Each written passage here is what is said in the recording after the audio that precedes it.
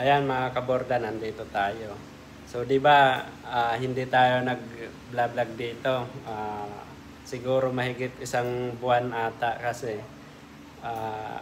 ang pinagawa natin, ito, pinamachine shop natin to. Kasi ito mismo dito mga kaborda, dumudulas yan.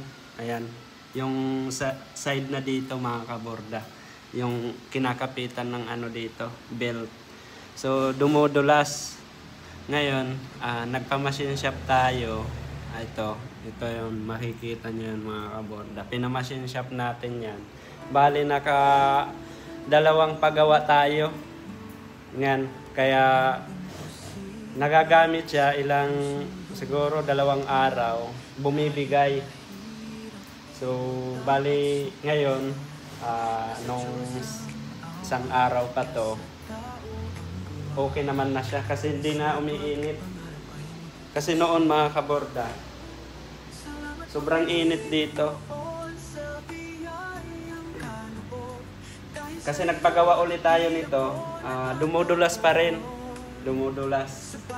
Kaya pinaliitan natin. Kung mapapansin nyo mga kaborda yung mga nakaraan, malaki to. Tapos yan, nagpagawa tayo, pinaliitan natin. So, hindi na siya natakpan kasi kumabangga na dito sa tornilyo. Wala nang takip yan. So, yun. Ngayon, okay na siya. Working na siya mga kaborda. Medyo matagal-tagal to. Mahigit, sabihin natin, mahigit 1 buwan siguro. Kasi nagagawa naman siya. Di ba nagagawa naman siya mga kaborda. 2 araw lang lagi ang tinatagal niya, nagkakaproblema uli. Yung una naman, bali nagpa-machine shop natin, yung unang sinalang dyan. Ang nangyari, naputol. Kasi medyo nagkamali lang ata ng ano dyan. Tapos ulit na naman tayo. So ngayon mga kaborda, okay na siya. Kasi di na siya init eh. Kasi maghapon niya yung ginamit. Wala nang kainit-init. Tapos nagpalit na rin tayo dyan ng ano. Kompleto na yan dyan. Mga belt, mga bago na yan dyan. Pati itong kinabit. So di ko alam bakit dumudulas siya noon. Kasi pag inihigpitan dito yung tornilyo, yung original, mga ano na naman, lumuluwag. So ayan. Pinagawa na natin. Maganda ng pagkagawa.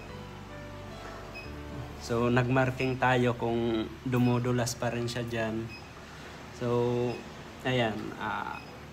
2 araw na ginagamit. Wala namang pagbabago. Hindi na siya mainit. So, ayan ang naging issue dito mga kaborda. Pero, simula nung nabili natin, yan na talaga ang ano dito, may problema. So, nung nakaraan lang, nag-decide na ako na palitan. So, yung naipapalit dyan, yung una, naputol. So, pangalawang pagawa ulit tayo, pa-machine shop. So, ayan na. So, okay na yan mga kaborda. Boy, gawin mo na. Kaya medyo natagalan tayo dito. Kasi marami nang nag-aano sa atin, nag-aabang yung mahabang barong. So ayan, kapag production na tayo. Naging sunod-sunod ang problema nito eh, kasi napapansin nyo naman, siyempre pag second hand, ganun talaga mga kaborda. Ang una nating pinalitan nito, bearing. Halos lahat nito, bago na ang bearing.